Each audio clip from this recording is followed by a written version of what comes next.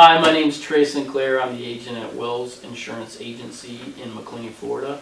I've got a special guest today, Mark Yarick, who is a small business consultant, I would say a small business specialist with an MBA, works with lots of new businesses or businesses that have been in business for a while.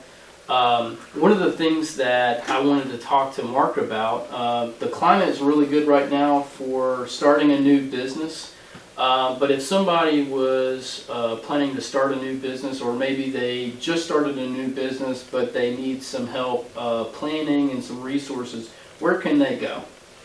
So I work with the Florida Small Business Development Center, which is all over the state of Florida. We have about 250 consultants. And this region in North Florida is hosted by the University of North Florida.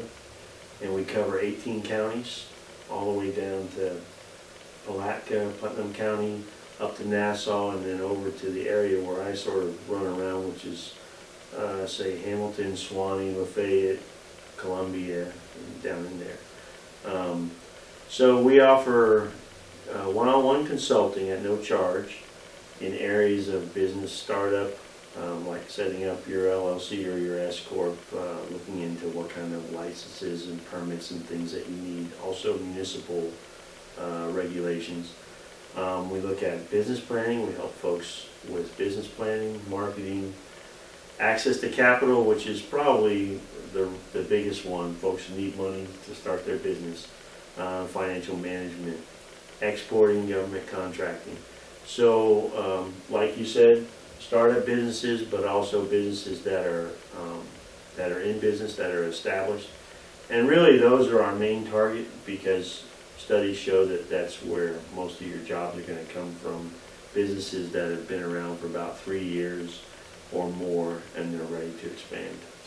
That's a good point. So if someone was newly in business, or they've been in business for 3 or so years, and they feel that they're ready to make a move to expand their business, or maybe pivot into another type of business, or offer different products or services within their business. Let's say they're ready for a consultation with someone like you. What do they need to have ready to bring with them before they set up a meeting with you to talk about their business? So in the Jacksonville area, the Small Business Development Center offers a startup workshop once a month, and they sort of run everybody through there first before they see a consultant. In the outlying areas, like where I work, then they can just contact me, by telephone, or you can even make an appointment with me through the Jacksonville office. Usually the first time I sit down with folks, we just talk about their business, their idea, where they're at and where they want to go. And then from there, that's when we start working on the idea, whether it's a new start or an expansion. The planning is so very important. Financial management is very important. Understanding what my cost structure of this expansion or new venture is going to be, and how I'm going to get paid for what I'm doing. And those are the things we want to drill down to when we're talking about a new start or expansion. But also marketing and identifying your markets, like we've talked about, is another very important part of any kind of expansion or pivot or even a new startup. Where are you going to find the customers that are going to buy your product or service?